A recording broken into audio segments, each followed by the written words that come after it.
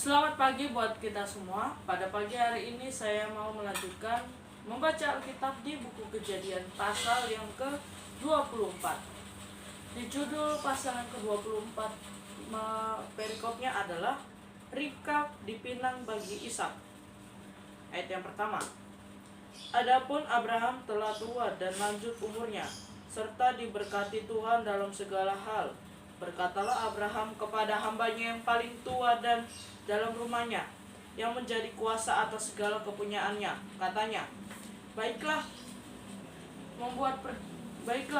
letakkan tanganmu di bawah pangkal pahaku, supaya aku mengambil sumpahmu demi Tuhan, Allah yang empunya langit dan empunya bumi, bahwa engkau tidak akan mengambil anak untuk anakku, seorang istri dari antara perempuan Kanaan yang diantaranya aku diam.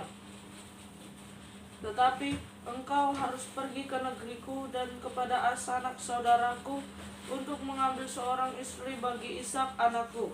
Lalu berkatalah hambanya itu kepadanya, Mungkin perempuan itu tidak suka mengikuti aku ke negeri ini. Haruskah aku membawa anakmu itu kembali ke negeri dari mana tuanku keluar? Tetapi Abraham berkata kepadanya, Awas, jangan kau bawa anakku itu kembali ke sana.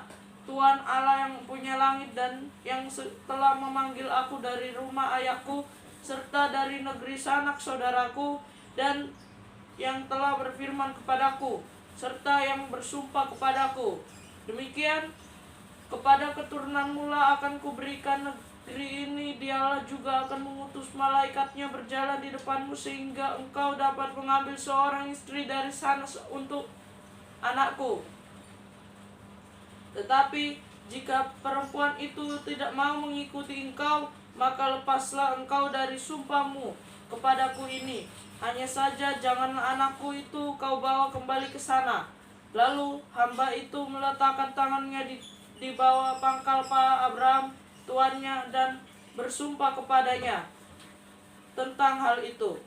Kemudian hamba itu mengambil 10 ekor dari unta tuannya dan pergi dengan membawa berbagai-bagai barang berharga kepunyaan tuannya. Demikianlah ia berangkat menuju Aram Mesopotamia di kota Nahor. Di sana disuruhnyalah unta itu berhenti di luar kota dekat suatu sumur pada waktu petang hari, waktu perempuan-perempuan keluar untuk menimba air. Lalu berkatalah ia, Tuhan Allah, Tuanku Abraham, buatlah kiranya tercapai tujuanku pada hari ini.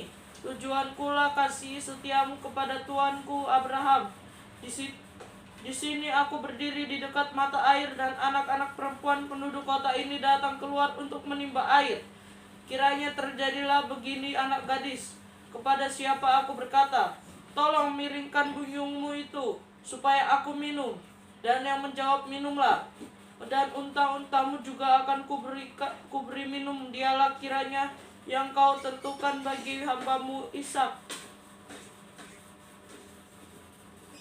Maka dengan begitu akan ku ketahui bahwa engkau telah menunjukkan kasih setiamu kepada tuanku itu. Sebelum ia selesai berkata, maka datanglah Ribka yang lahir bagi Betuel anak laki-laki Milka istri Nahor, saudara Abraham, buyungnya dibawanya di atas bahunya. Anak gadis itu sangat cantik parasnya, seorang perawan, belum pernah bersentubuh dengan laki-laki. Ia turun ke mata air itu dan mengisi buyungnya, lalu kembali naik. Kemudian berlarilah hamba itu mendapatkan serta berkata, Tolong beri aku minum air sedikit dari buyungmu itu. Jawabnya, Minumlah Tuhan. Maka segeralah diturunkannya buyungnya itu ke tangannya, serta diberinya dia minum. Setelah ia selesai memberi hamba itu minum, berkatalah ia, Baiklah, untuk unta-untamu juga aku timbakan air sampai semuanya puas minum. Kemudian segeralah dituangkannya air yang dibuyungnya itu ke dalam palungan. Lalu berlarilah ia sekali lagi ke sumur untuk menimba air, dan ditimbangnyalah untuk semua unta orang itu. Dan orang itu mengamatinya dengan berdiam diri untuk mengetahui apakah Tuhan membuat perjalanannya berhasil atau tidak. Setelah unta-unta itu puas minum, Maka orang itu mengambil anting-anting emas yang setengah shikal beratnya, dan sepasang gelang tangan yang 10 shikal emas beratnya, serta berkata, "Anak siapakah engkau? Baiklah katakan kepadaku, adakah di rumah ayahmu tempat bermalam bagi kami?"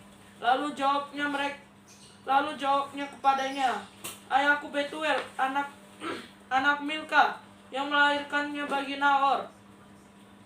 Lagi kata gadis itu, "Baik jerami, baik makanan unta banyak pada kami, tempat bermalam pun ada." Lalu berlututlah orang itu dan sujud menyembah Tuhan, serta berkata, "Terpujilah Tuhan, Allah Tuanku Abraham, yang tidak menarik kembali kasihnya dan kesetiaannya dari tuanku itu. Dan Tuhan telah menuntun aku di jalan ke rumah saudara tuanku ini." Berlarilah gadis itu pergi menceritakan kejadian itu ke rumah ibunya. Ribka mempunyai saudara laki-laki namanya Laban. Laban berlari keluar mendapatkan orang itu ke mata air tadi. Sesudah dilihatnya anting-anting itu dan gelang pada tangan saudaranya, dan sesudah didengarnya perkataan Ribka saudaranya yang bunyinya, "Begitulah dikatakan orang itu kepadaku." Ia mendapatkan orang itu yang masih berdiri di samping unta-untanya di dekat mata air itu, dan berkata, Marilah engkau yang diberkati Tuhan, mengapa engkau berdiri di luar, padahal telah kusediakan rumah bagimu, dan juga tempat untuk unta-untamu." Masuklah orang itu ke dalam rumah, ditinggalkannya lah pelana unta-unta, diberikan jerami dan makanan kepada unta-unta itu. Lalu dibawa air pemasuk kaki untuk orang itu dan orang-orang yang bersama-sama dengan dia. Tetapi ketika dihidangkan makanan di depannya, berkatalah orang itu, "Aku tidak akan memakan sebelum kusampaikan pesan yang kubawa ini." Jawab Laban, "Silakan." Lalu berkatalah ia, "Aku ini hamba Abraham. Tuhan sangat memberkati tuanku itu, sehingga ia telah menjadi kaya. Tuanku telah memberikan kepadanya kambing, domba, dan lembu, sapi emas, dan perak, budak laki-laki dan perempuan, unta dan keledai. Dan Sarah istri tuanku itu, sesudah tua, telah melahirkan anak laki-laki bagi tuanku itu. Kepada anaknya itu telah diberikan tuanku segala harta miliknya. Tuanku itu telah mengambil sumpahku, engkau tidak akan mengambil untuk anakku seorang istri dari antara perempuan Kanaan yang negerinya aku diami ini. Tetapi engkau harus pergi ke rumah ayahku dan kepada kaumku untuk mengambil seorang istri bagi anakku." Jawabku kepada tuanku itu, "Mungkin perempuan itu tidak mau mengikut aku." Tetapi katanya kepadaku, "Tuhan, yang di hadapannya aku hidup akan mengutus malaikatnya menyertai engkau, dan akan membuat perjalananmu berhasil, sehingga engkau akan mengambil bagi anakku seorang istri dari kaumku dan dari rumah ayahku. Barulah engkau lepas dari sumpahmu kepadaku, jika engkau sampai kepada kaumku, dan mereka tidak memberikan perempuan itu kepadamu. Hanya dalam hal itulah engkau lepas dari sumpahmu kepadaku. Dan hari ini aku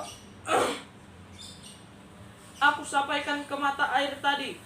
Lalu kataku, "Tuhan aku, Tuhan Abraham, sudilah kiranya engkau membuat berhasil perjalanan yang kutempuh ini. Di sini aku berdiri di dekat mata air ini.